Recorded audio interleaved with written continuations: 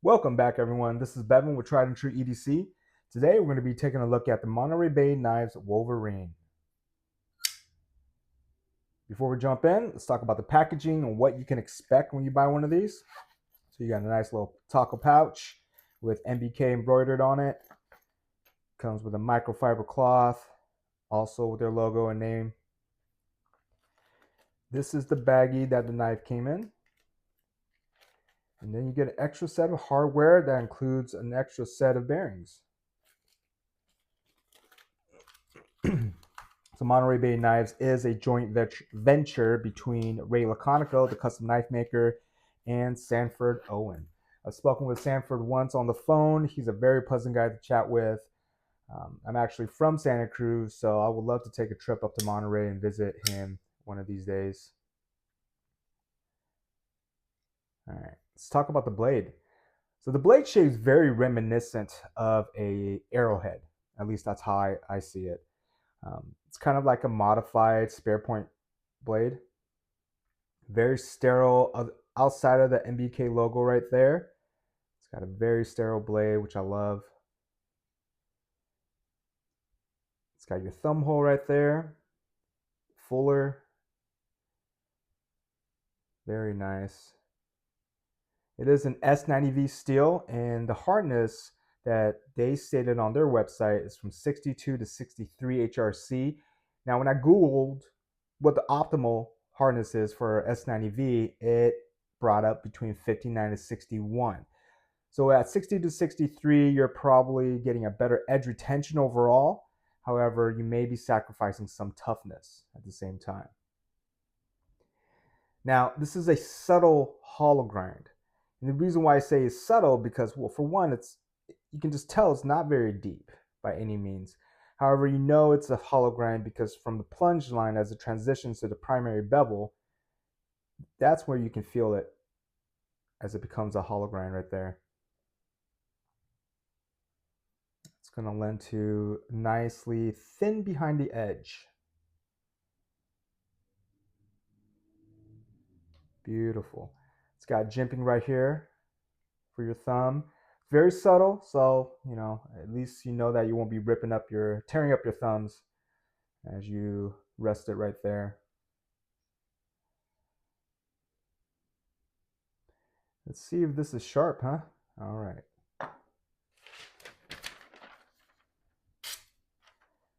Oh yeah, attaboy. Man, I love slicing things. No disappointment there. It is sharp.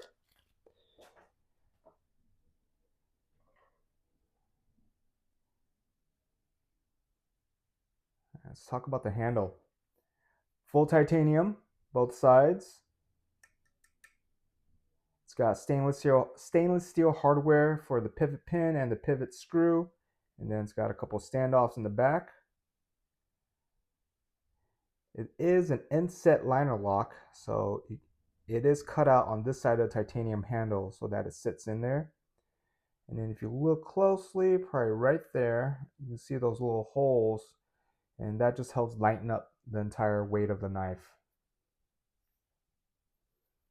The balance point is about right there. Right at the middle of that finger groove.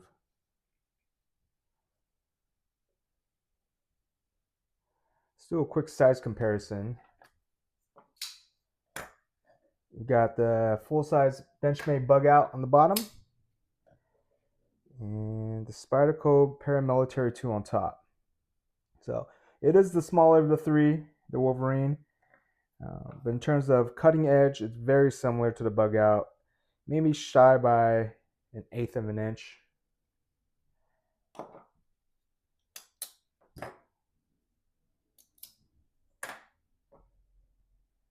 Let's talk about the opening mechanism and lock. So opening mechanism, you've got the thumb hole.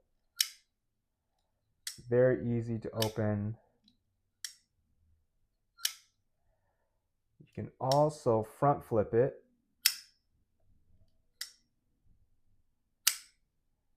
And then you've got the infamous reverse flick. Normally when I reverse flick, such as using a PM2, I use my middle finger. But with the Wolverine, it is much more challenging to use a middle finger flick. You're better off using the index finger, just to reduce the risk of failed deployments.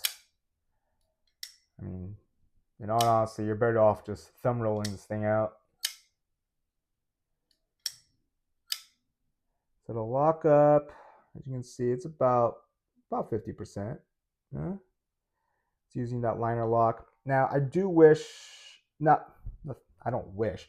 I think an improvement would have been if they had added jimping to the liner, so that way you can get better traction on it as you're going to disengage the lock. Without the jimping, it's kind of smooth. So I'd say if you're not putting enough pressure inward or downward, well, inward and outward, then you might slip on the lock.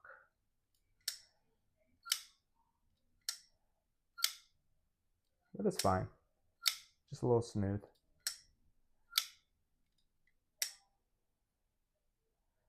All right, let's talk about the pocket clip. Also in titanium. It's got great springiness to it. They did a good job really thinning out this portion of the clip so that way it allows for it to be springy. You know, it's one of the things I've noticed on certain knives with the pocket clip. You get a titanium pocket clip, looks really nice. But they don't really thin it out right here, so it's a lot of resistance. Let's take a shot of this in the pocket. All right, easy in, easy out. Doesn't take up much real estate. You can get your hand in there. And the amount of knife that sticks out, I think it's minimal, especially for a non-deep carry pocket clip.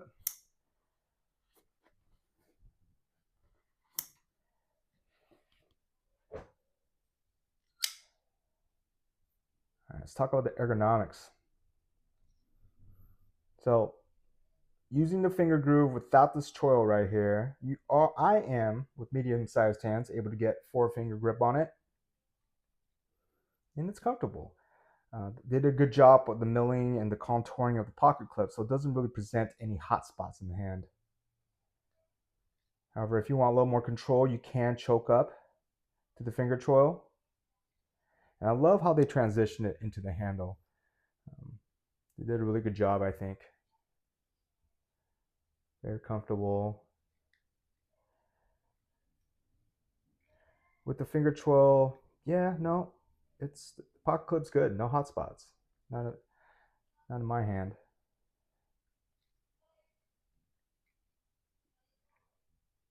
Yeah. See, even a reverse grip. Feels good. These 2 fingers locks right over the pocket clip. Yeah, your hammer grip. Hammer grip may be a bit of pressure from the pocket clip, but in the saber grip, it goes away.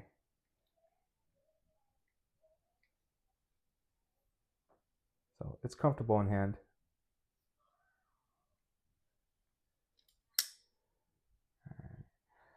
Let's talk about the cost and availability. So $130. Monterey Bay Knives is in California. I'm in California, so I did have to pay taxes on this. Came out to about 142 and some change afterwards. It is currently not available. However, you can sign up for notifications when it comes back into stock. I picked this up while I was at Disney World, and I want to say it sold out quickly. Maybe within a couple days or even less.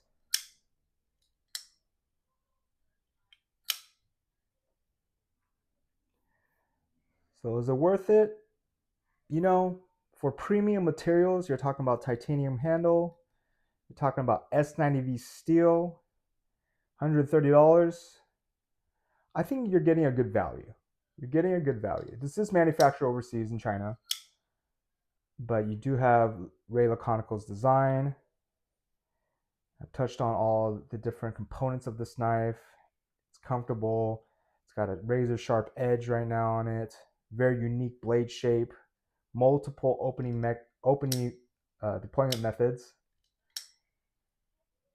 Pocket clip works well. It's not too stiff. So I think this is a pretty good value. If you're already shopping around that $100, $150, $125 price point, I mean, you're getting premium materials on this one for $130. I mean, I do have this one right here, HX Outdoors. This was sent to me, fully sponsored. It's got titanium handles as well, but it's using D2 steel. I mean, this thing was $29. I don't know who designed that one, but Ray Laconico is a well-known knife maker. He makes some timeless designs. Very cool, very unique blade shape. You're not getting this on most knives, at least not from what I've seen. Now, I haven't put this to any real use, mostly because I want to preserve the integrity of it for this first impressions review, but you know, just based on what I've seen and handled, I feel like $130 is a good value. It's not the biggest bang for your buck, I wouldn't say, but you know, that's very subjective.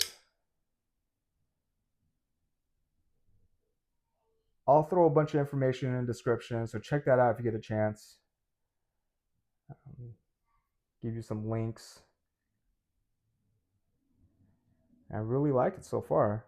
It's very unique.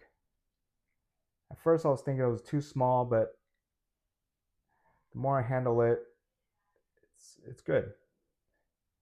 I do prefer larger knives, so I'm biased in that sense, but it's nice.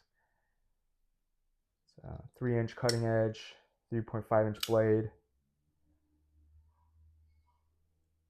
Yeah. All right, well, let me know if you got one of these as well, what your thoughts are. Perhaps you have the Sabertooth, the larger version. I think might have to try getting that one when it's back in stock. Yeah, let me know if you have any questions or comments. Drop that below. As always, truly appreciate you tuning in, and stay frosty.